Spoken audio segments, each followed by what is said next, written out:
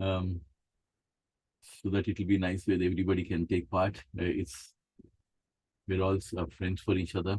Gayatri ji, would you like to do the Mangala Charan? Maybe Gayatri Sir, ji. here, Hare Krishna, Prabhuji. Yes, Prabhuji, I can do it. Yeah, Yes. yeah. Sure, please go ahead. Okay, Prabhuji.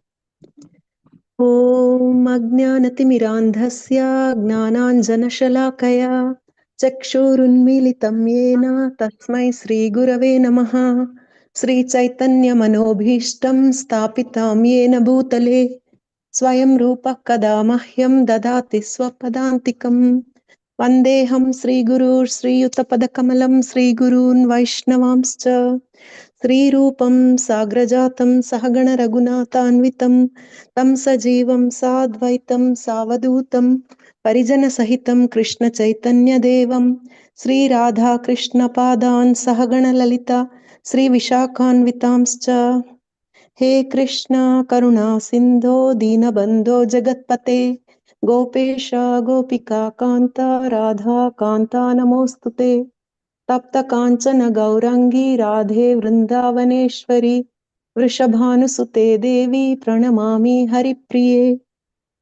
वाञ्छाकल्पतरुभ्यश्च कृपा सिन्धुभ्य एव च पतितानां पावनेभ्यो वैष्णवेभ्यो नमो नमः। नमः ॐ विष्णुपादाय कृष्णप्रेष्ठाय भूतले श्रीमते भक्तिवेदान्त स्वामिन् इति नामिने नमस्ते सरस्वते देवी गौरवाणी प्रचारिणे निर्विशेष शून्यवादी पाश्चात्य देशतारिणे। जय श्री कृष्ण चैतन्य प्रभु नित्यानंद श्री अद्वैत गदाधारा श्रीवासादि गौर भक्तवृंद। हरे कृष्णा कृष्ण कृष्ण हरे हरे हरे राम राम राम हरे हरे। हरे Krishna. Hare Krishna. Thank you so much, Gayatri ji. That was a wonderful start for our evening satsang. Anyone like to do the Hare Krishna one, Sanchita ji? Sorry, Prabhu. Anyone? Himal Prabhu.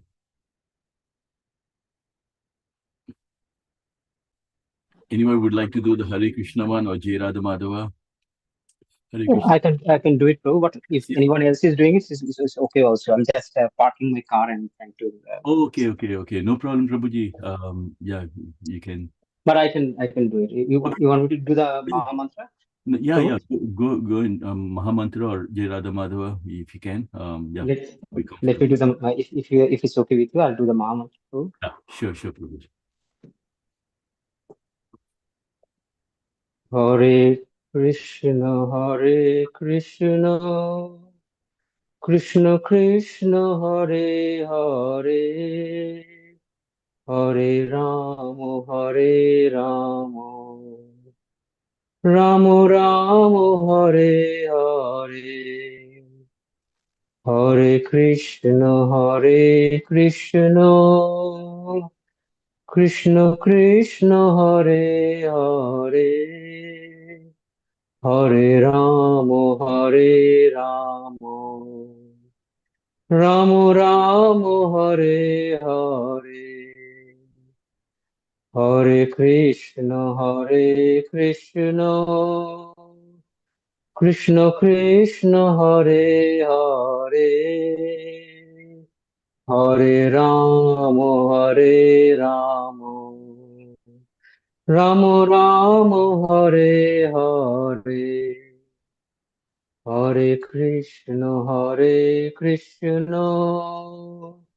Krishna Krishna, Hare Hare, Hare Rama, Rama Rama, Hare Hare, Hare Krishna, Krishna Krishna, Hare Hare, Hare Rama, Rama Rama, Hare Hare, Hare Krishna, Krishna Krishna, Hare Hare, Hare Rama, Rama Rama, Hare Hare, Hare Krishna, Krishna Krishna, Hare Hare, Hare Rama, Rama Rama, Hare Hare. Hare Krishna, Krishna Krishna, Hare Hare, Hare Rama, Rama Rama, Hare Hare, Hare Krishna, Krishna Krishna, Hare Hare, Hare Rama, Ram Ram Hare Hare, Hare Krishna, Krishna Krishna, Hare Hare, Hare Ram, Ram Ram, Hare Hare. Hare Krishna Prabhu. Hare Krishna. Jai, Leela Prabhu. Jai, Hare Krishna. Shama Wonderful. Wonderful. Thank you, Prabhuji. Very nice. Prabhu. So we will just get started off with our beautiful Krishna Katha. I'm going to just share. So as we always start off with our beautiful invocation for Krishna. Hey Krishna Karna Sindhu Dina Bandhu Jagatpate Gopisha Gopika Kanta Radha Kanta Namostute Tapti Kanchana Gaurangi Radhe Vrindavaneshwari Rishabhanu Sute Devi Pranamami Hari Priya Jai Om Vishnu Padaya Paramahamsa Yes, Bhakti Vedanta Swami Srila Prabhupada Ki Jai. As we always start off with this beautiful sloka from Bhagavad Gita, highlighting the importance of hearing Krishna Katha in the association of the devotees. Krishna says in Bhagavad Gita, Janma karma chami divyam evam yo veti tatpitaha chaktudeham punarjanma naiti mami iti suarjana. Where Krishna is telling in Bhagavad Gita that those who know these transcendental pastimes of Krishna's appearance, Krishna's leelas, even if you're hearing Shravanam, which is the one most important form of bhakti, even if you're hearing this beautiful Krishna Katha, Krishna says it is so auspicious that those devotees who are listening, towards the end of the life, they will not come back into this material world, which is full of miseries. Anityam asukam, which is temporary and full of miseries. We do not come back into this material world, but we'll directly go to the supreme planet of Krishna, which is called as Krishna Loka. And it also goes to highlight where, which is very, very important to understand, where people say all gods are the same. Sometimes people say all gods are the same, but it is not true. If you worship the Devatas, Krishna says, you go to the planet of the Devatas. And if you worship ancestors, you go to the planet of ancestors. But if you worship Sri Krishna Bhagavan, if you're listening to the Hari Katha of Krishna, then towards the end of life, you will not go to the planet of the demigods, but you go to the planet of Krishna, Sri Krishna Bhagavan.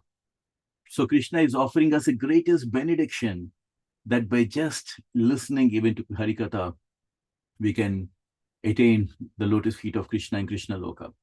And this Shravanam is so important that we've seen in the earlier chapters that Rukmini Devi, she fell in love with Krishna by just hearing about Krishna from Narada Muni. And Narada Muni, our parampara, the Brahma Madhava Gaudiya Vaishnava parampara, it is so important because the knowledge is coming from Brahma and through the disciplic succession of Narada and great devotees like Bhakta Prahlad. Even Prahlad also became a great devotee after hearing from Narada when he was in the womb of his mother.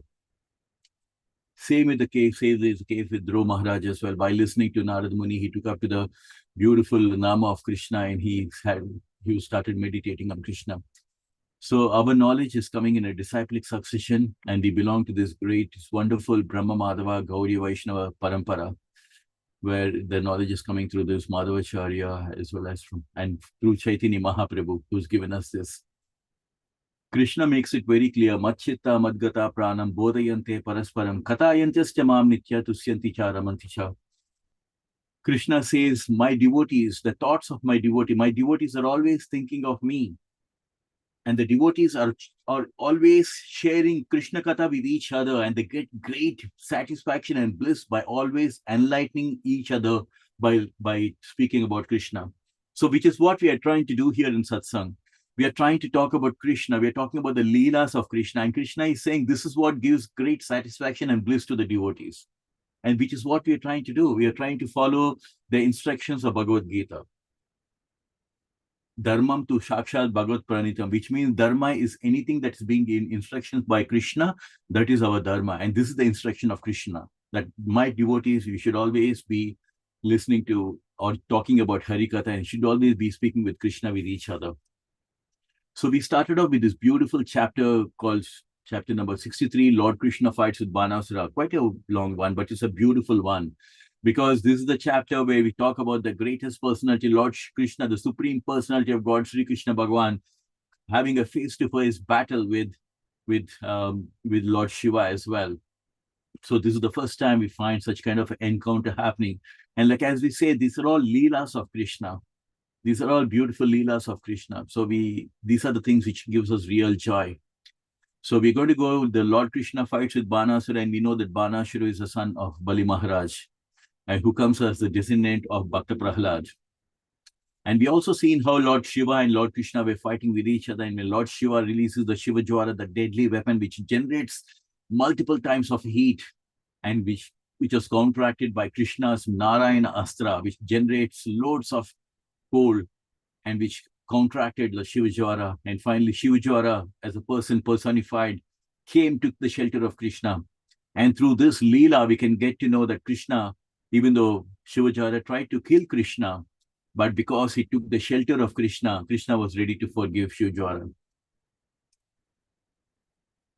Mam hi partha vyapashrityo yepi papayonaha striyo vaishyastata sudras tepi mam param gatim. Lord Sri Krishna tells it very clear in Bhagavad Gita.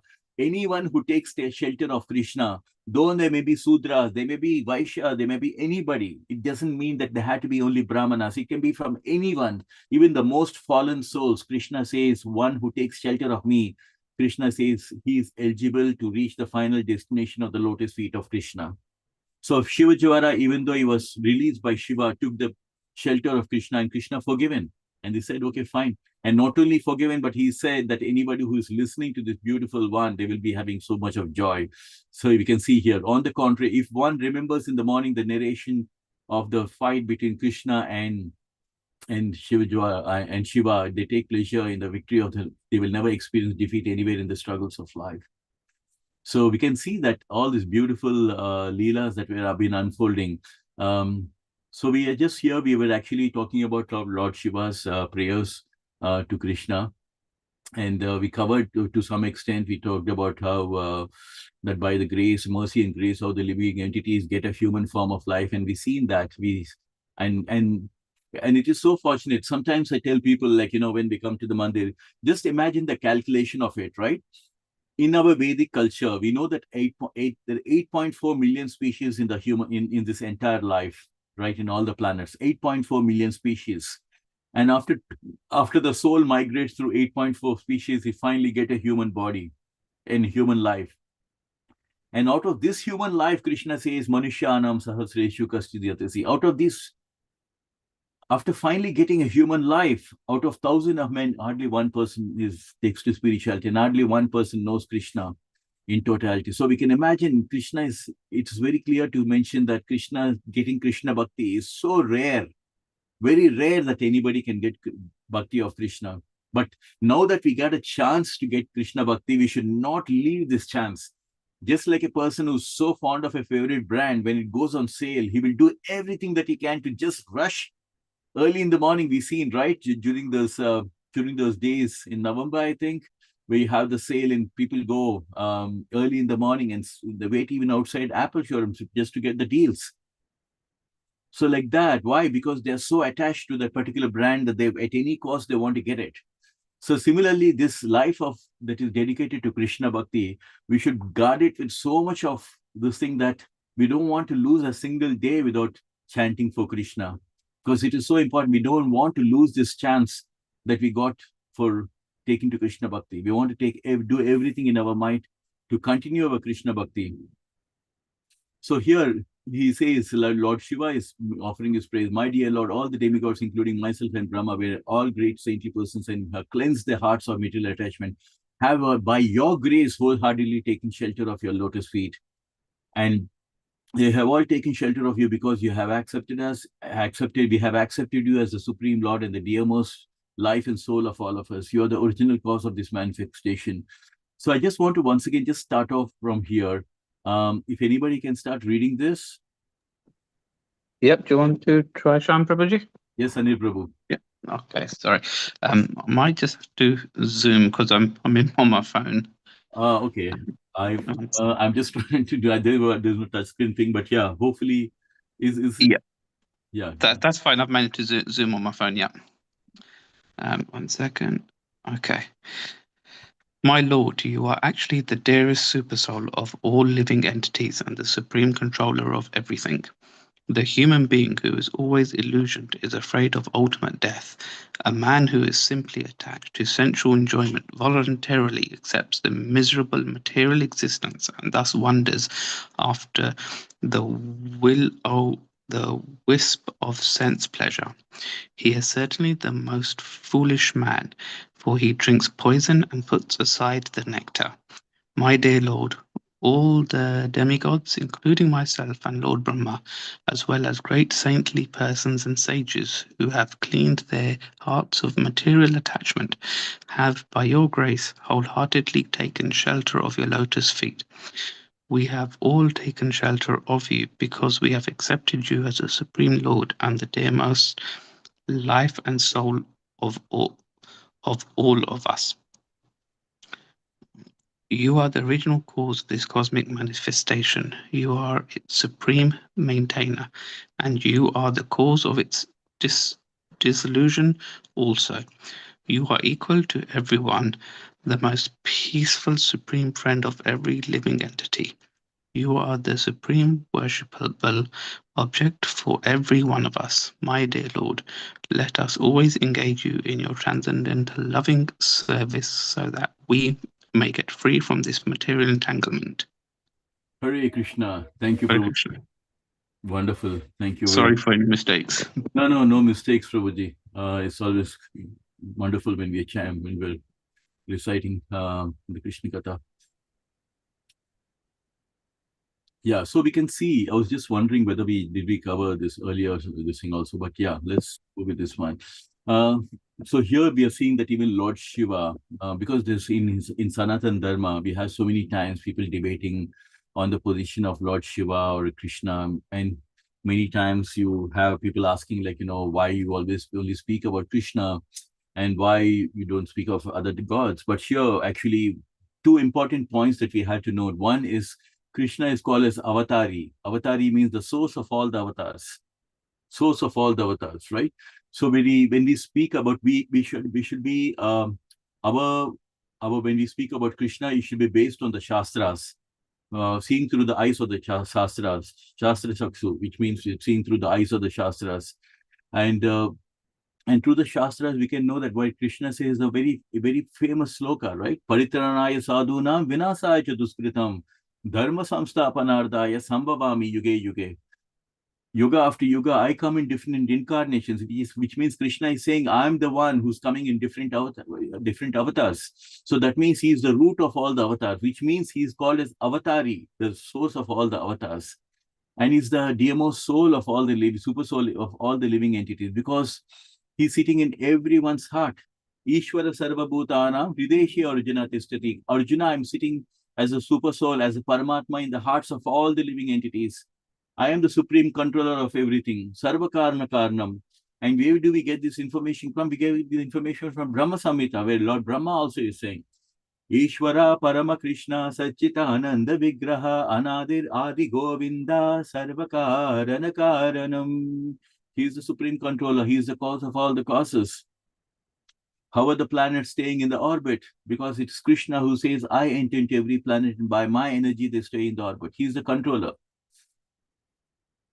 The human being is always is afraid of ultimate death. This is something, right? So because we live in a world of duality, live in a world which is covered by the three gunas of Sattva Guna, Rajo Guna, and Tamo Guna. And these gunas are constantly keeping us in control.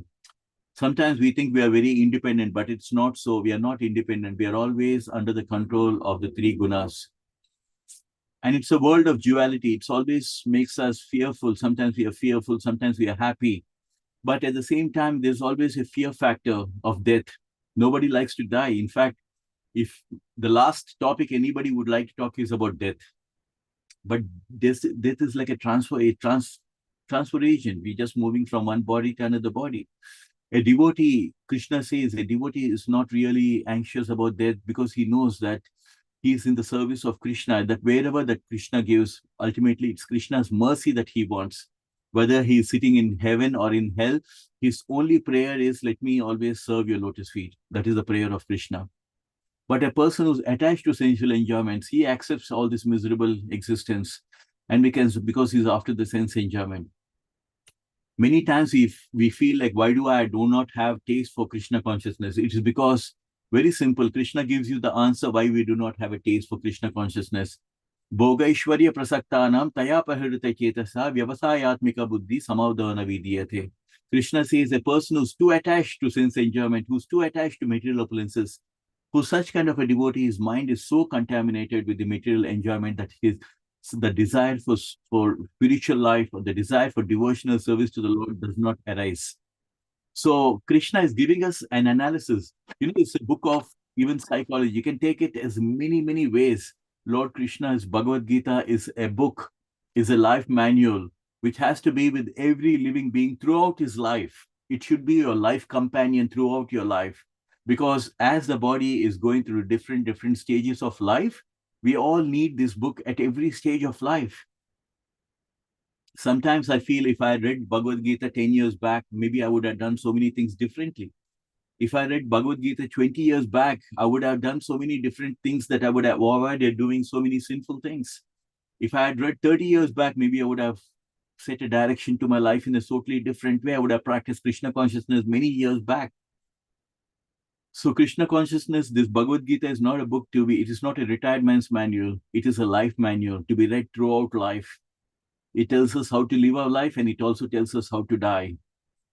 And Krishna, most important instruction is, he says, is towards the end of your life, Anash, is whomever you think of towards the end of your life, whomever you're attached to towards the end of your life, that is where you go.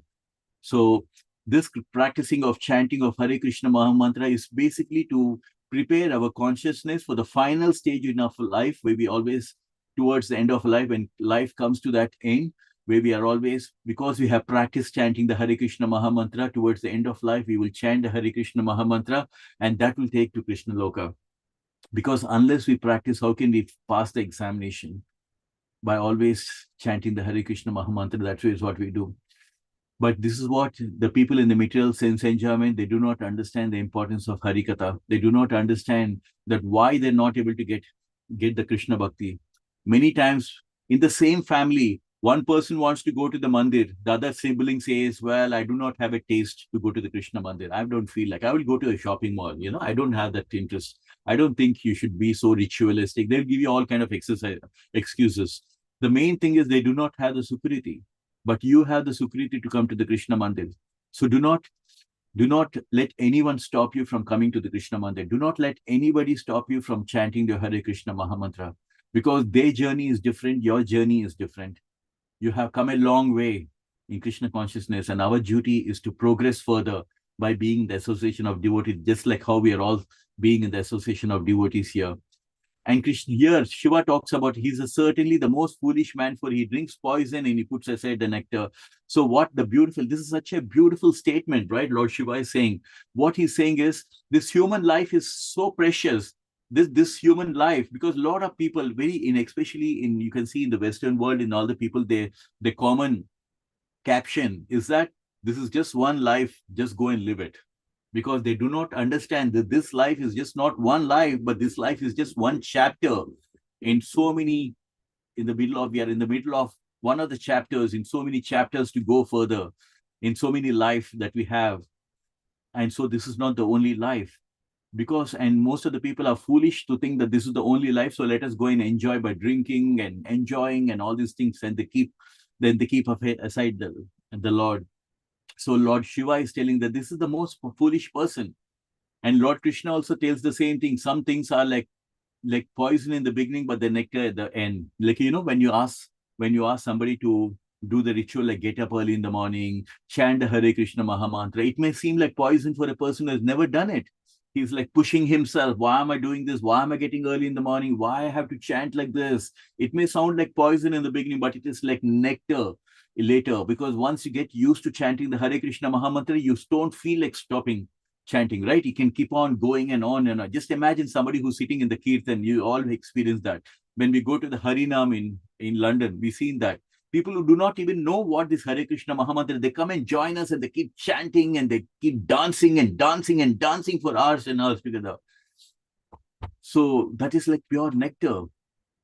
So in the beginning, like sometimes when you ask somebody to sit and chant, and then they may find it like poison, but it's like nectar later.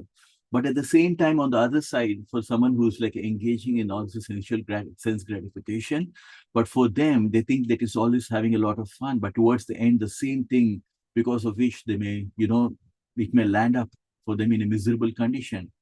How many people you heard, like, who are completely drunk and they lose their liver and they spoil their health and they have ended life. You've seen so many celebrities also doing that. So here Lord Shiva is telling that all the demigods, so Lord Shiva himself is considering him as a demigod. It's not like we ourselves are saying. Lord Shiva himself is considers, and even Lord Brahma as well, as well as the great saintly sages who have cleansed the hearts of material attachment by your grace, by taking to the shelter. So we can learn from the beautiful prayers of Lord Shiva that even they seem to have cleansed the heart of material attachment by taking to the shelter of Krishna. So we can see that by the prayers of Lord Shiva, that when we take to the lotus feet of Sri Krishna Bhagwan, then we will be able to cleanse our heart of the material attachment. In fact, Lord Krishna himself comes in the form of a devotee called Chaitanya Mahaprabhu. And one of the things that he is given is Cheto Darpan Marjanam. What does Cheto Darpan Marjanam means? Which means that cleansing of your heart and your mind by always chanting the Hare Krishna Mahamantra. Just like when you're standing in front of a mirror which is full of dust, you cannot see yourself, right? But when you clean the mirror, then you can see yourself clearly. Similarly, the Hare Krishna Mahamantra, it cleanses, the dust from your heart and from your mind. And that is when you can actually get the realization that I'm part and parcel of the Supreme Lord, that I am a spirit soul and I belong to the Supreme Soul. So that realization we cannot get until we cleanse our hearts. And which is what Lord Shiva is telling here, that only when you take to the shelter of Krishna, because we've seen that even in Bhagavad Gita also, what did Arjuna do? Arjuna tells Krishna, Karpanya dosho pahata swabhavaha prachyama tvam dharma sammudha chetaha yashreyashan nishitan buruhutan me sistaste hamsadimam tvam prapannam. Arjuna says, I'm totally confused, Arjuna, Krishna. From today, I'm considering you as my guru. I'm taking to your lotus feet. I'm taking shelter of you. Please kindly instruct me what is the right thing for you to do. So we have to follow the footsteps of the great devotees, that only when we take to the shelter of Krishna, then we will be able to cleanse our hearts of all these material attachments. And here you can see that Lord Shiva himself is saying, you're the dearmost life and soul of all of us. Suhridam Sarva Bhutanam, Krishna says, right? That I am your well-wisher, I'm your best friend. And here Lord Shiva himself is saying, you're the soul of all of us. Ishvara Sarva Bhutanam, Hridesha Arjuna. I'm sitting in everyone's heart. Lord Krishna tells in Bhagavad Gita, Rudranam, of all the Rudras, I am Lord Shiva. Rudranam Shankaras Chasmi. Is of all the Rudras, I am Lord Shiva, Krishna says in Bhagavad Gita. And you're the original cause of the cosmic manifestation, which is what even Krishna also mentioned, right? Bhoktanam Sarvaloka Maheshwaram. Suhridam Sarva Bhutanam Gyathamam Shantim Richati. Bhoktanam Sarvaloka Maheshwaram. Sarvaloka Maheshwaram. He is the Lord, he is the Supreme Lord of all the planets. And you're the cause, and he's the cause. And Krishna says in Bhagavad Gita, in the 9th chapter, Rajavidya Rajaguhya Yoga, that at the end of every millennium, all the Jivatmas come into being. At the end of all the millennium, all the Jivatmas again go back to Krishna. So we can see that Krishna is the cause of all the, of all the jivas. We are all coming from Krishna, and we are all go back to Krishna. And you are equal to everyone. Lord Shiva says you are equal to everyone. That is what even Lord Krishna is saying. So we can see one common thing that we can understand is that whatever Krishna says in Bhagavad Gita is same thing is said by either the demigods like Lord Shiva or by the devotees. Krishna says in Bhagavad Gita, right? Samoham sarva bhuteshu name dveshi stina priya. Ye bhajanti tu mam bhaktya mayi te teshu chapyaham. He says, Krishna says in Bhagavad Gita, I do not envy anyone nor am I partial to anyone. So Lord Krishna is telling, I'm equal to everyone. I'm equal to everyone, all the jivatmas. He's not even saying human beings. He's saying every living entity, I'm same to everyone. I don't show any partiality.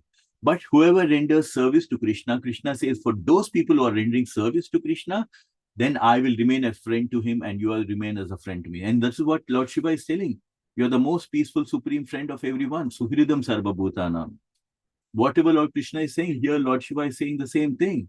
And you are the supreme worshipable object of every one of us. And that is what we have to understand, that our main aim, our main goal is the lotus feet of Krishna. You are the supreme worshipable object. Lord Krishna says the one beautiful verse actually in Krishna, in Bhagavad Gita. Gatir Bharta Prabhu Sakshi Nibasha Sharanam Suras, which means that you are the supreme goal. You are the goal whom we have to work. People talk about short-term goals, you talk about long-term goals, but our actual supreme goal is going back to Krishna Loka. In fact, Krishna gives us this beautiful Bhagavad Gita, which is like a user manual, so that all of us can use this user manual called Bhagavad Gita to navigate our life and go back to Krishna. As long as we are living in this world with attachments, as long as we are doing sins in this material world, there's every chance that we always come back into this material world. So Krishna is giving us the technology, the tools in Bhagavad Gita, how to navigate your life without incurring any sins and go back to Krishna Loka. Yad karosi, yad asnasi, yad juhosi, dadasi, yad tapasyasi, kaunteya, tad kuru sumadarpan. Krishna's formula, how we can navigate our life without giving any sins, how to get liberated and how to go back to Krishna Loka. Krishna is giving. Yad karosi, yad asnasi, which means do everything as an offering to me. If you're doing your job, before that, just offer it to Krishna. Krishna, whatever I'm doing the best my job, to the best my ability to please you. And if you're having food, again, praying to Krishna, Krishna, whatever I'm eating, I'm just doing this to please you and offering it to you. That becomes your Mahaprasadam. If you're praying to chanting in your home for Krishna, that becomes your Devalayam. Like that. And if you're seeing this beautiful Krishna in the mandir, that becomes your Netralayam. So every way you can always think. And Krishna says, by doing everything as an offering if you're doing charity, do it for Krishna. By doing everything as an offering for Krishna, Krishna himself saying that towards the end of your life, Arjuna, you will be liberated and you will come back to me. What a beautiful benediction, isn't it? So Krishna is giving us this benediction that when you do everything as an offering for Krishna, Krishna says towards the end of your life, Arjuna, because you lived your life by offering everything to me, because of that, you will be liberated and you will come back to me. Shubha Shubha Palarebam Moksasi Karma Bandhana Sannyasa Yoga Yuktatma Vimuktamam Upaisasi. In this way, you will be freed, Arjuna. You will be freed because you're doing everything as an offering for me. You will be freed and you will be liberated and you will come back to me. So this is what Krishna is saying. And this is what Lord Shiva is also saying. That, my dear Lord, let us always be engaged in your transcendental loving service so that we may be free from the material entanglements. See, this is Lord Shiva is praying. Be always engaged in your transcendental loving service. It is very interesting, isn't it? Because you see this Hare Krishna Mahamantra that we are all chanting. What is the meaning of the Hare Krishna Mahamantra? Hara means another name of Radharani, right? And when we say it as a mantra, Hare Krishna means Hara is Radharani, Krishna means all attractive in Sanskrit, and Rama means the reservoir of all pleasure. And these are the transcendental seeds of the Mahamantra. Transcendental seeds of the Mahamantra. And what is this Hare Krishna Mahamantra is meaning? It is meaning the whole prayer of Hare Krishna Mahamantra is, my dear Radharani, my dear Krishna, let us always be engaged in your transcendental loving service. That is the meaning of the Hare Krishna Mahamantra. And that is the same thing with Lord Siva is telling here to Krishna. My dear Lord, let us always be engaged in your transcendental loving service so that we may be free from material entanglement. This material entanglement or samsara it is so much entangling us that it doesn't allow you to come out of it. You can ask everybody who's going through samsara. It's very difficult. That's why even if you're taking 1 hour to come and see Krishna in the mandir, it's a big thing, you know, because we are all caught up in the samsara, especially in Kali Yuga, that taking some time for Krishna and coming, it doesn't allow you. Kali is very strong. Kali Yuga in Kali is very strong. And on that note, I have a beautiful verse relating to the chanting, which I want to just recite for you. Madhura Madhuram etam mangalam mangalanam sakala nigame balisat palum chitswarupam sakridapi parigitam shraddaya helayava brigavara nama matram tariyat Krishna nama, where it is mentioned by Baladev Vidyabhushan, one of the greatest Gaudiya Vaishnava. He is actually mentioning about the transcendental potency of Hare Krishna Mahamantra from Prabhashakanda, where he says that the holy name of Krishna, this Hare Krishna Mahamantra, is the most auspicious of all the auspiciousness. And it is the most sweetest of all the sweetest things. And it is completely spiritual, this Hare Krishna Mahamantra, without any touch of matter. And it is the transcendental fruit of the Vedic literature. So instead of, we don't need to read the Vedas, we do not have so much of time to read the Vedas, but by just, it is the fruit of all the Vedic literature. So just by reciting the Hare Krishna Mahamantra, we are enjoying this beautiful fruit of this Vedic culture. And if one chants this Hare Krishna Mahamantra, this holy name of Hare Krishna, either with faith or in a mocking way, even if you do it in a very mocking way, like, you know, like when you go to the Harinam, the devotees are chanting with so much of a love, Hare Krishna, Hare Krishna. But the people who are joining, you know, people who are drinking on the roads of London, or somebody who's like, you know, were not at all devotees of Krishna, they're totally drunk sometimes. We have seen that experience. But even they also, they're coming and chanting Hare Krishna. They don't know what's the meaning of it. But through this particular thing, Sakridapi Parigitam Shraddaya Helayava, which means even if you're chanting the Hare Krishna Mahamantra out of faith and love for Krishna, or in a mockingly way, like how the non-devotees do in the Harinam, even if you do that way also, this Harinam, this holy name, will deliver that person, whoever is chanting the Hare Krishna, from the bondage of material existence. How beautiful, isn't it? This Hare Krishna Mahamantra that we are chanting, it delivers the person from the material existence. So this is what Lord Shiva is praying over here. So can I ask anyone, this is a beautiful prayer. So Lord Shiva, continuing to read the next one. Hare Krishna Sweta ji, Hare Krishna. Hare Krishna, I'll read. Yes, please go ahead. Hare Krishna Meena ji, yeah, please. Finally, my lord, I may inform you that Banasura is very dear to me. He has rendered valuable service unto me. Therefore, I want to see him always happy. Being pleased with him, I have assured him safely. I pray to you, my lord, that as you were pleased with his forefathers, King Prahlada and Bali Maharaja, you will also be pleased with him. After hearing Lord Shiva's prayers, Lord Krishna replied, My dear Lord Shiva, I accept your statements and I also accept your desire for Banasura. I know that this Banasura is the son of Bali Maharaja, and as such, I cannot kill him, for that is my promise. I gave a benediction to King Prahlada that the demons who would appear in his family would never be killed by me. Therefore, without killing this Banasura, I have simply cut off his arms to deprive him of his false prestige. The large number of soldiers he was maintaining became a burden on this earth, and I have killed them to all minimize the burden. Now he has 4 remaining arms and he will remain immortal, unaffected by material pains and pleasures. I know that he is one of the chief devotees of your lordship, so you can now rest assured that henceforward he need have no fear of anything. Hare Krishna. Hare Krishna. Thank you, Sweta ji. No problem. Very nice. Simple. So see, you can see the beautiful, I mean, I just love to see the nectar that's flowing in between Lord Shiva and Krishna. We have to always understand, you know, it's not about, we see the loving relationship that Lord Shiva is having with Krishna, how beautifully he's offering his prayers to Krishna, and how much he feels that he, in fact, if you remember last week, we spoke about where Lord Shiva himself is telling, as far as I'm concerned, I'm your ego, Krishna, I belong to you. So here he's saying, we are all taking shelter of your lotus feet, but because of which we are freed from all this material existence. So here we can see that Lord Shiva, who we also know it towards the beginning of the chapter, we seen that Banashira was being giving protection by Lord Shiva, because Banashira was a great devotee of Lord Shiva. So Lord Shiva is Ashutosh, someone who gets very pleased very easily, and he gave his benediction that I will protect you, and he gave him 1,000 arms. So you can see that Lord Shiva, irrespective, he doesn't care about like what you're going to do with the boon that I'm giving you, but I'm just giving you because I'm very pleased with you. And so here, Lord Shiva is saying, like, I may inform you that Banashira is very dear to him. And Lord Shiva, Banashira is so dear to Shiva that he also agreed that he will protect his kingdom. This is what Banashira requested Shiva. He said, I want you to protect my kingdom. So Shiva not only protected his kingdom, that he was ready to even fight with Lord Krishna for the sake of protecting his devotee Banashira. And he has rendered service to Krishna, to Lord Shiva. When Lord Shiva was doing this dance, he was the one who was doing the drums.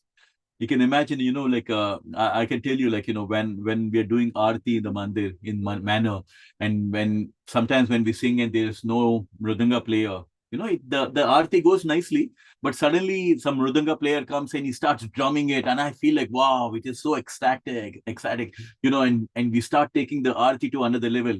In fact, last Thursday or last Saturday also, it so happened, we were just doing the kirtan nicely on my harmonium for all the devotees, and suddenly one devotee came and he said, can I start playing the drum for you, the mridanga, and then he started doing amazing mridanga, and immediately the kirtan lifted to another level, and like everybody was like so absorbed.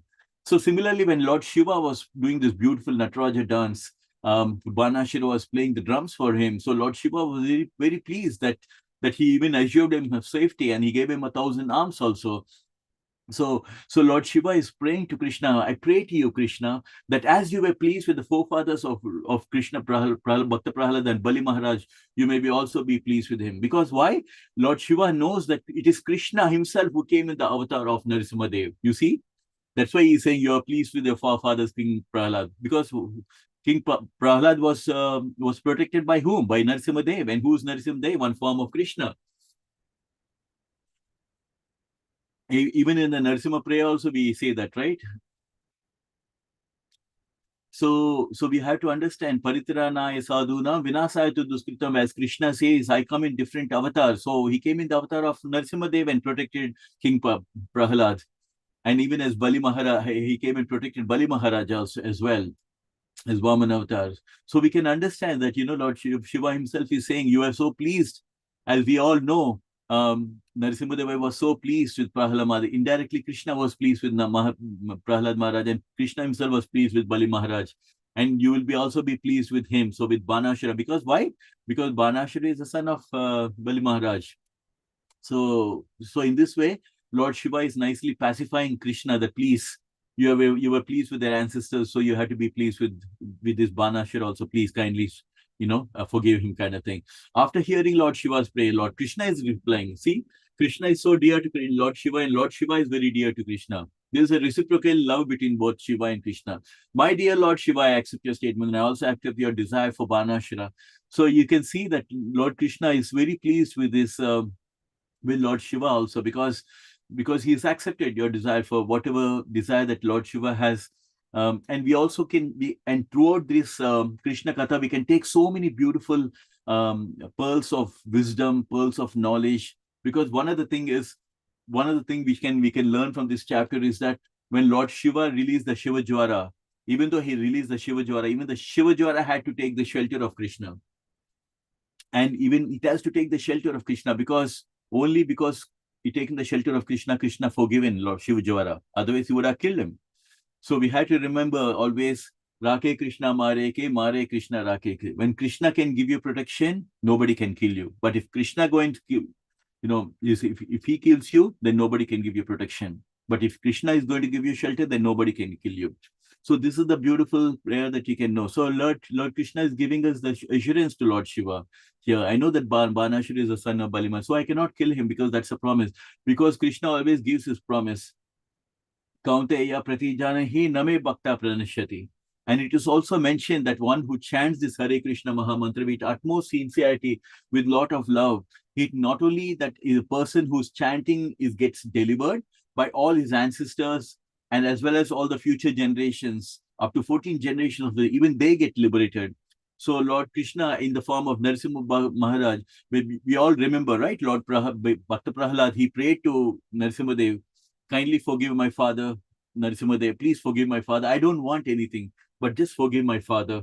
And Lord Narasimha Dev was so kind to see like this beautiful Bhakta Prahalad, that even though his father tortured him like that, still his son is asking to deliver his father. So he was very pleased. So he gave a benediction to King Bhakta Prahalad, that even though the demons, that the demons who would appear in his family would never be killed by Krishna.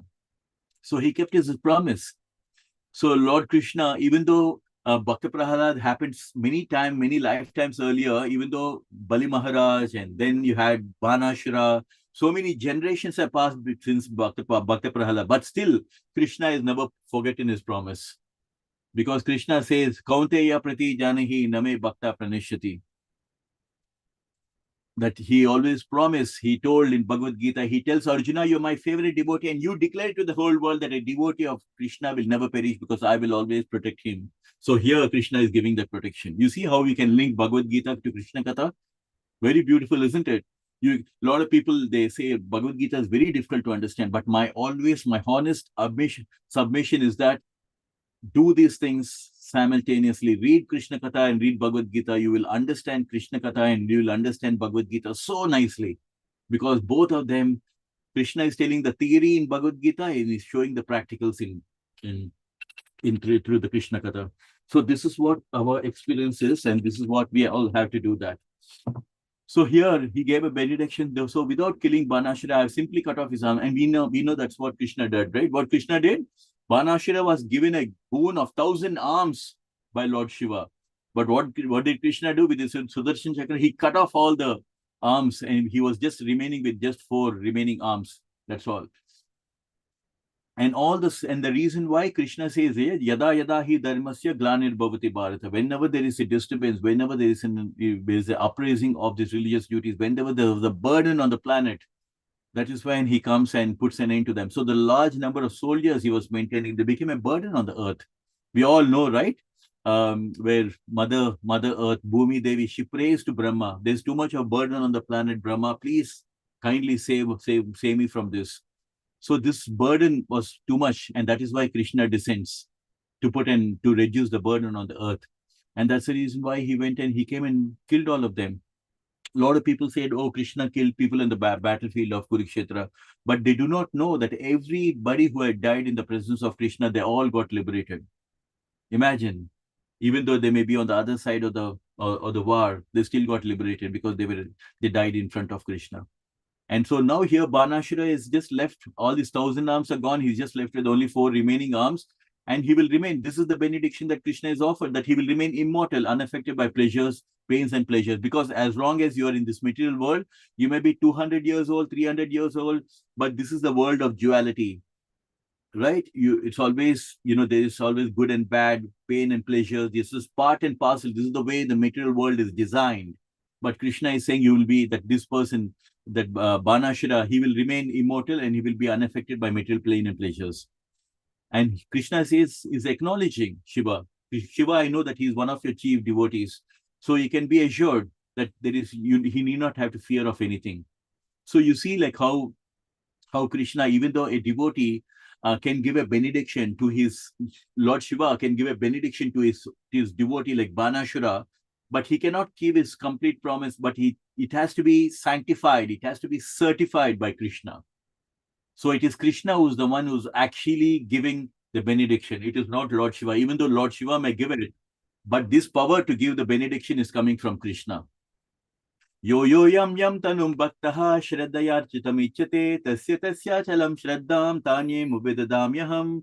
Krishna says, I am seated in everyone's heart, Arjuna, as a super soul, and as soon as one desires to worship a particular demigod like Lord Shiva, I make his faith steady in that particular god, and so that he can devote himself to that particular deity. You see, so Banashura was praying to Lord Shiva, but it was actually Krishna sitting in the heart of Banashura and making his faith steady in Lord Shiva. You can see, so any devatas that you're praying, Krishna is so kind. He's not someone, a jealous god who say like, why are you worshipping that demigod? Why are you worshipping that devata? Krishna is not such kind of a demigod. He is a supreme Lord who is saying, I am the one sitting in your heart and making your faith. So if you are Shiva devotee, like Banashura, Krishna is saying, I'm sitting in the heart of Banashura and making his faith steady in Lord Shiva. But most important thing, Shataya Shraddhaya Yukta Stasya Radhana Mihate Labate Cha Tata Kaman Mayaya Vihiti Hitan. Even though endowed with such a faith, he endows to worship a particular demigod like Lord Shiva and obtain his desires. But in actuality, all these benefits are bestowed by me alone. So you see such a beautiful sloka from Krishna in Bhagavad Gita from chapter number 9 and verse number 22, where Krishna is telling that I am the one sitting in your heart and making your faith steady in Lord Shiva, like in the heart of Banashira. So and because of Krishna, we are able to have the faith in a particular demigod. But you have to understand this, Arjuna, that even whatever benediction that Lord Shiva has given to Banashura, like, giving him 1,000 arms, making him very powerful, all those benefits, all those boons, the power of Lord Shiva to give the boons to his devotee like Banashura, that power of Lord Shiva it is coming from Krishna. So if Lord Shiva has to give some boon to Banashura, that power to give the boon it is coming from Krishna. Krishna is the one who's certifying and sanctifying. Okay, Lord Shiva, you want to give the boon to Banashura? Okay, here, you take it. I'm giving you the boon. Okay, you can pass on this benefit so that Banashura can get these 1,000 arms. So Krishna is giving us this subtle knowledge through Krishna Katha. So Krishna is telling through the Krishna Katha and also mentioning in Bhagavad Gita that I am the one, Lord Shiva may give you all the benefit, but it is I am the one who's actually giving the power for Lord Shiva to give this benefit. So the benefits are actually coming from Krishna. So that is the way we have to understand. There's actually 3 more paragraphs which are remaining, but I just want to ask for your permission because this is 9 o'clock past. Shall we just park here and just want to take it later, or what do you want to read one more paragraph? I'll go with whatever. Sara Prabhu, Hare Krishna.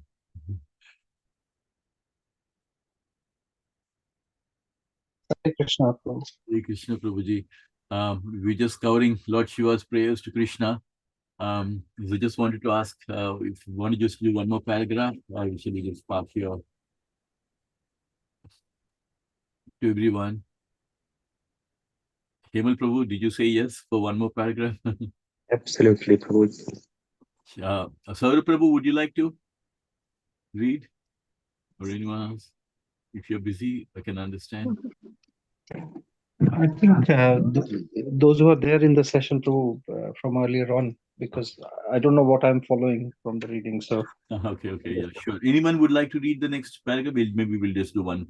Hare Krishna. Hare Krishna. Yeah, Meenaji, please go ahead. When Banasura was blessed by Lord Krishna in this way, he came before the Lord and bowed down before him. Touching his head to the earth, Banasura immediately arranged to have his daughter Usha seated with Aniruddha, a nice chariot, and then he presented them before Lord Krishna. After this, Lord Krishna took charge of Aniruddha and Usha, who had become very opulent materially because of the blessing of Lord Siva, thus keeping forward a division of one akshahini of soldiers. Akshani of soldiers. Krishna proceeds toward Dwarka. In the meantime, all the people of Dwarka, having received the news that Lord Krishna was returning with Aniruddha and Usha in great opulence, decorated every corner of the city with flags, uh, festoons, and garlands. All the big road and crossing were carefully cleansed and sprinkled with sandalwood pulp mixed with water. Everywhere was the fragrance of sandalwood. All the citizens joined with their friend and relative to welcome Lord Krishna with great pomp and jubilation, and a tumultuous vibration of council drums and bugles Bengals received the Lord. In this way, the Supreme Personality of Godhead Krishna entered his capital Dwarka. Hare Krishna, Meenaji, that was wonderful. So we come to the end where Lord Shiva is actually offering his prayers to Krishna, and he asks him, he just mentioning the Krishna, this Banashuru is actually an ancestor, he's a descendant of Bhakta Prahlad, right? And then we had Bhakta Prahlad, from there we have Bali Maharaj, and then we have Banashura. So he was asking him to bless him, and so Lord Krishna is so kind that finally anybody who takes shelter, Banashura in the beginning was fighting. He wanted to go and fight with Lord Krishna because, because Lord Krishna and Balaram came to attack him. Because why did the Krishna come to attack him? Because Krishna's grandson Anuruddha has been kept captive by Banashura. He's been imprisoned by Banashura. Obviously, Lord Krishna is not going to keep quiet. So he came. So finally, when Lord Shiva has requested Krishna to bless and forgive Banashura and offered his benediction, his blessing. So Lord Krishna has blessed Banashura in this way, and Banashura was very happy to be blessed by Krishna, because now he could understand that he's Deva. The Lord Shiva himself is praying to Krishna. Now we could understand the actual position of Krishna, and touching his feet, he offers his obeisances.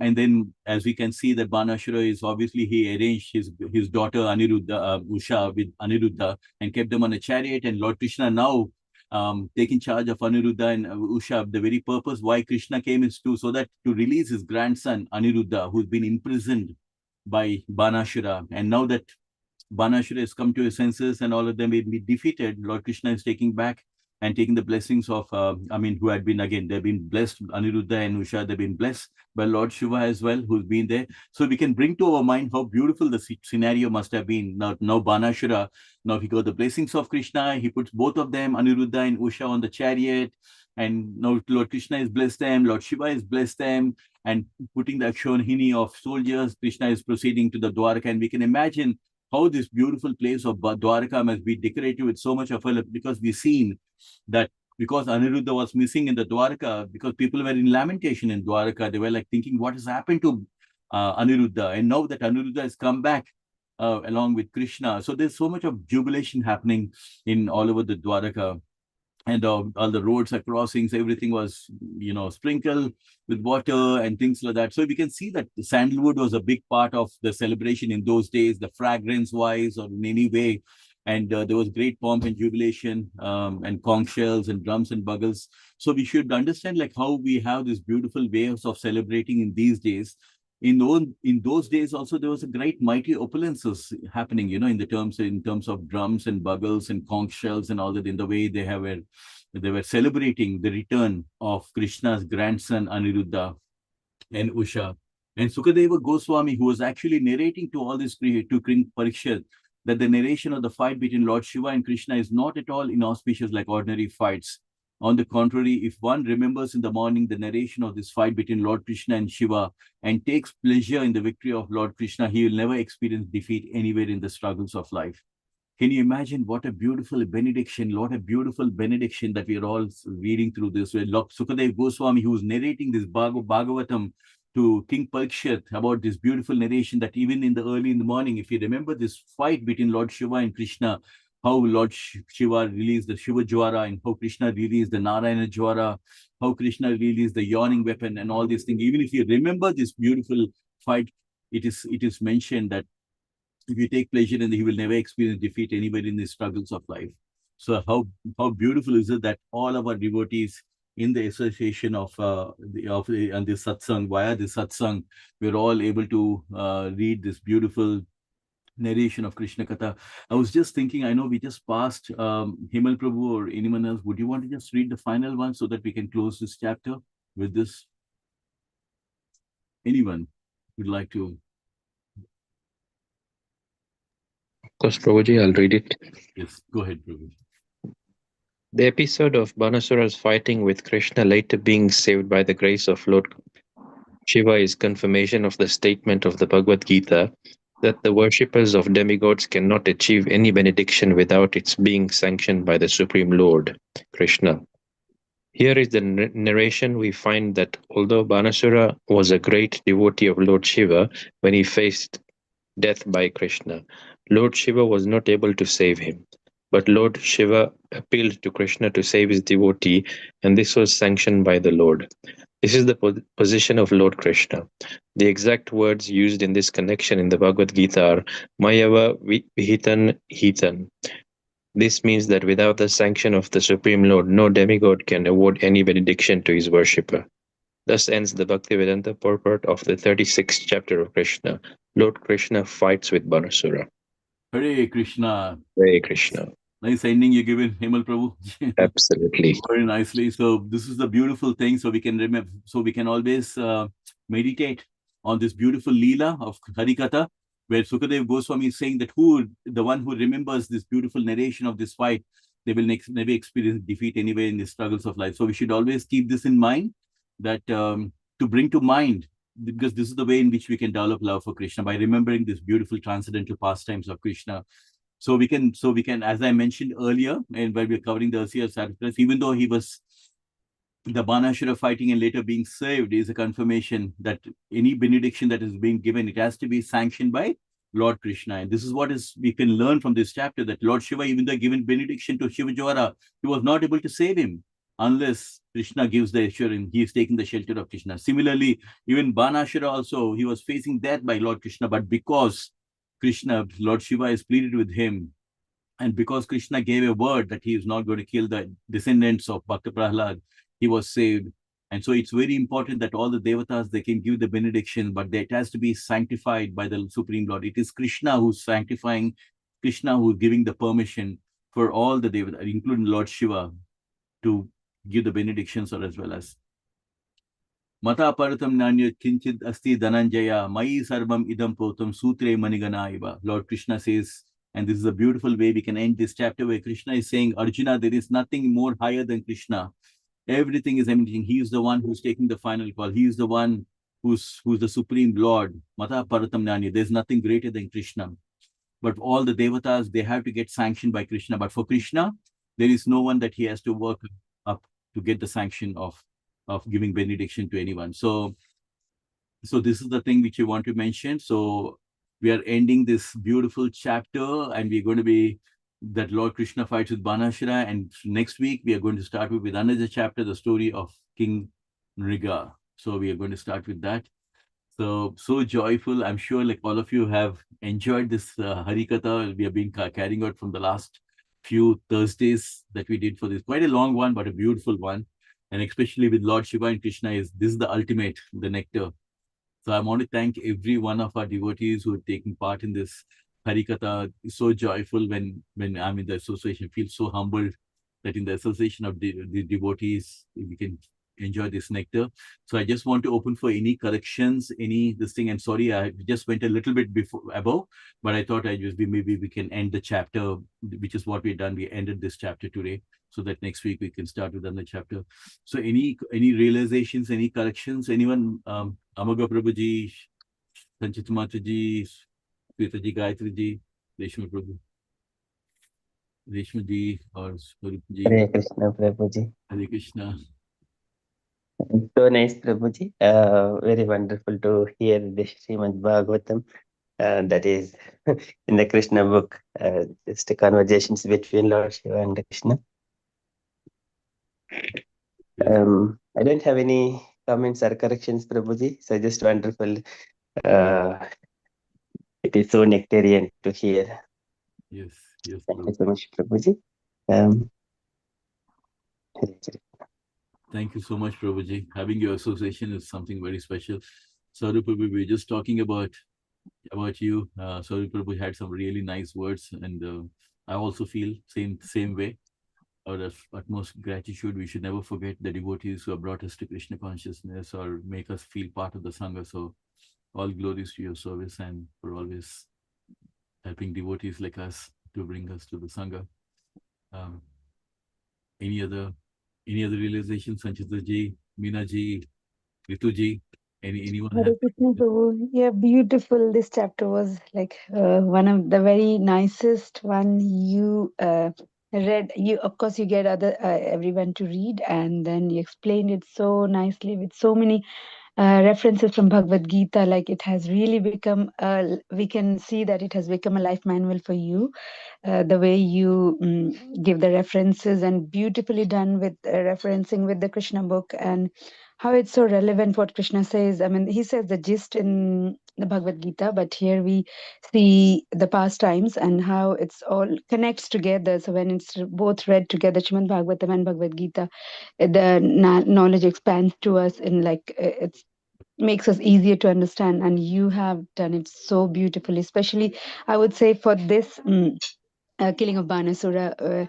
I couldn't be there last week due to, like, as I mentioned, Prabhu was being discharged, and I was thinking, oh, I just missed the ending. But, I was just waiting that I don't want to miss it, and I was regretting a bit. But, I mean, being there present for it, for the ending today, it really felt very blissful. And yeah, that's all. And Prabhu, I mean, how Krishna made, he cut all the arms with Sudarshana, but leaving 4 arms, like he still gave mercy because he was a devotee of his greatest devotee, Yes. Lord Shiva, and making, like, being unaffected, like, in that state, like, not transcend, I would say, but in a state that not being affected by the dualities of life.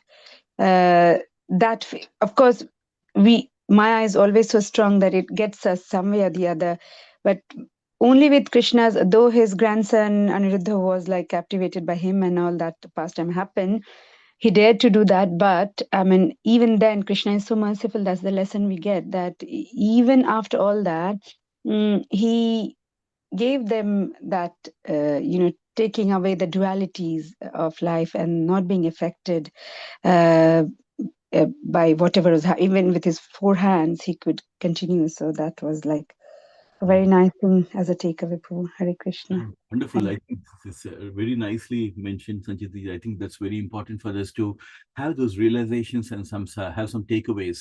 What is Krishna's message in that? That he's so kind and merciful that, he's agreed that, even though I have cut off his all in. And it's very interesting because Lord Shiva actually, when he given him the boon of 1,000 arms, Banashira becomes very powerful. He starts thinking like, there's nobody to fight with him, and he starts banging against the mountains with his 1,000 arms and things like that. And then Lord Shiva says, your pride will be cut off, because even though Shiva is so kind that he gives the benediction, when he's seen Banashira feeling very proud of his 1,000 arms and he feels like he wants to go and fight with somebody or the other, he says like, you will be taught a lesson. And that's what Lord Krishna always comes.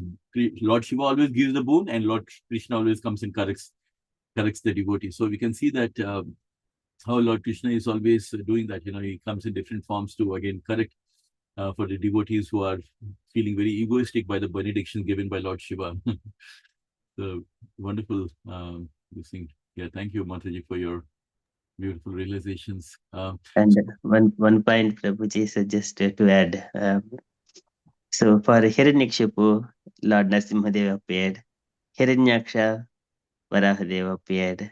And for Bali Chakravarti, Vamanadeva appeared.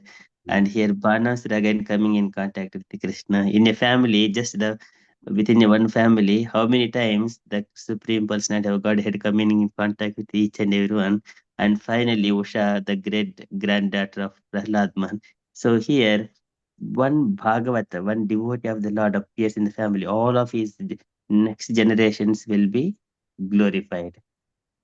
So there, so this is Uddritya Koti Purushan Vaikuntam Yati Sunishchitam Sri Krishna Parshado Bhutva Sukum Tatraina Modhate Sahodaran Sabhrutyamsha Swabhandun Sahacharinaha Swastriyasha Samujja Bhakto Yati Hare Padam.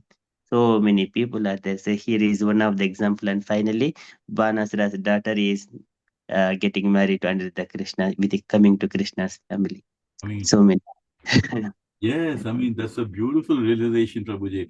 How, he's come in different, all his descendants, Krishna has come in their lives, and now you can see that finally the daughter of Usha is now coming to Krishna's family itself.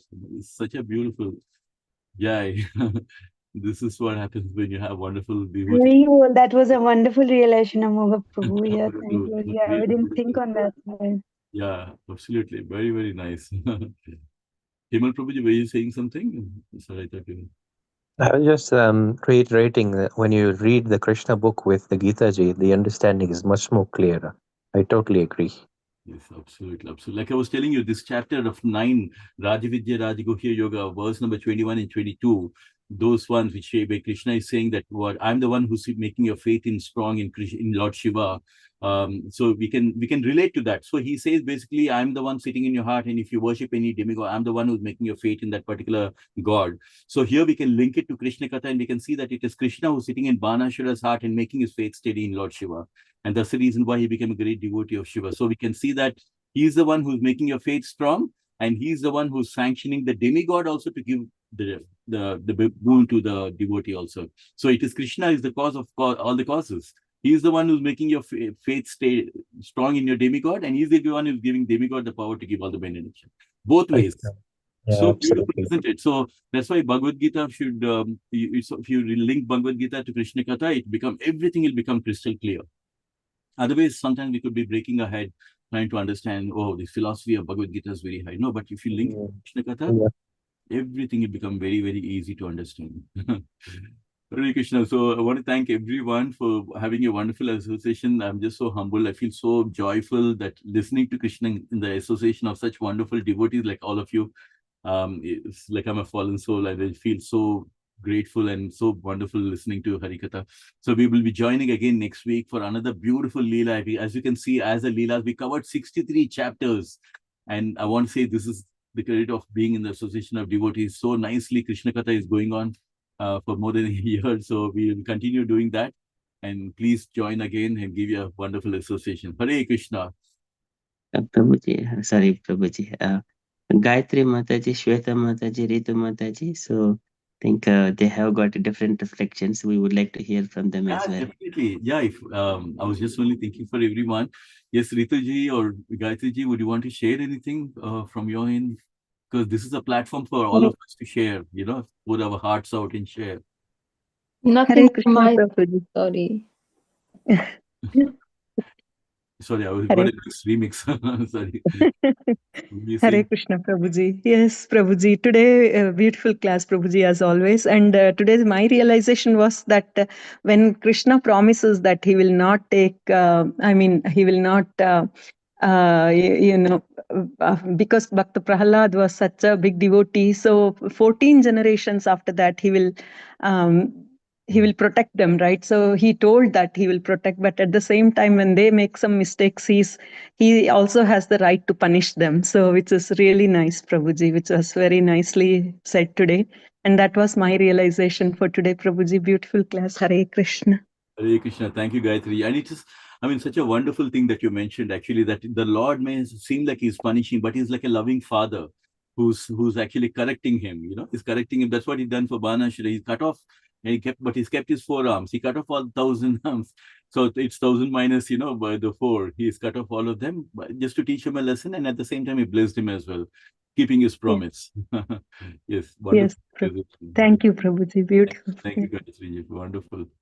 Yes. Rituji or Sitaji, will you say something? Rituji, did you say, yeah, would you want to share anything if you have it all? No, hello, Hare Krishna, Prabhuji. No, today is the first time I have attended this session, but I would say it's so good. It's inspired me to attend more and more of these sessions. It's such a clear understanding of the way you explain. It's like so it's very encouraging to attend more of these sessions. Thank you so much. Oh, thank you. Thank you so much, Rituji. It's the devotees who make us speak.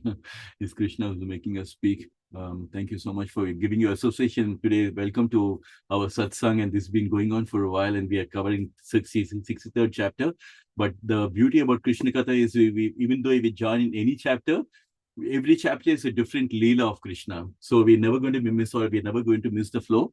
Next chapter is going to be another Leela. So we are collecting beautiful Leelas. And it's these Leelas which will help us developing love for Krishna. And which is what the whole purpose of the Leelas, so that we can develop love for Krishna. So thank you so much for giving your association, and please join. Yaminaji, you have something? Hare Krishna. Yeah, sure. Yeah, I also joined late, but I just want to just one message is that only you can get the bhakti from Krishna and love from Krishna at the end, this chapter when finish. The end messages was that only Krishna who can do everything, without any other demigod or anything. Yeah, help. But yeah, Krishna is the center for everything. Is the center. Exactly. So the whole purpose of Krishna, if you have to summarize the whole of Krishna consciousness in one word, samsiddhim haritoshanam, which means doing everything for the pleasure of Krishna. That is Krishna consciousness.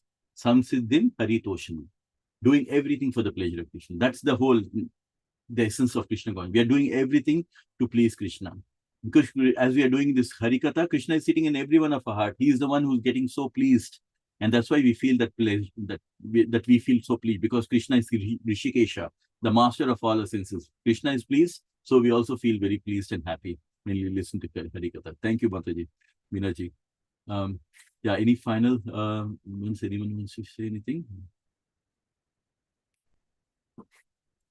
Okay, so we'll just close with our final this thing. Vanchikalpatarubhyasya kripa sindhubhya vacha patitanam pavanebhyo vaishnavebhyo namo. Anantakoti Vaishnavindi ki jai. Jai. Srila Prabhupada ki, Prabhupada Prabhupada ki. jai. Hare Let's all please say three loud Hari bols to Prabhu. Hari Hari Bol.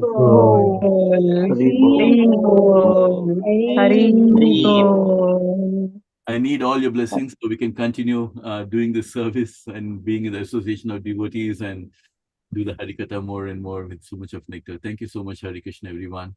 We'll meet again. Hare Krishna. Hare Krishna. Hare Hare Krishna. Krishna. Hare Krishna, Hare Krishna. Thank you.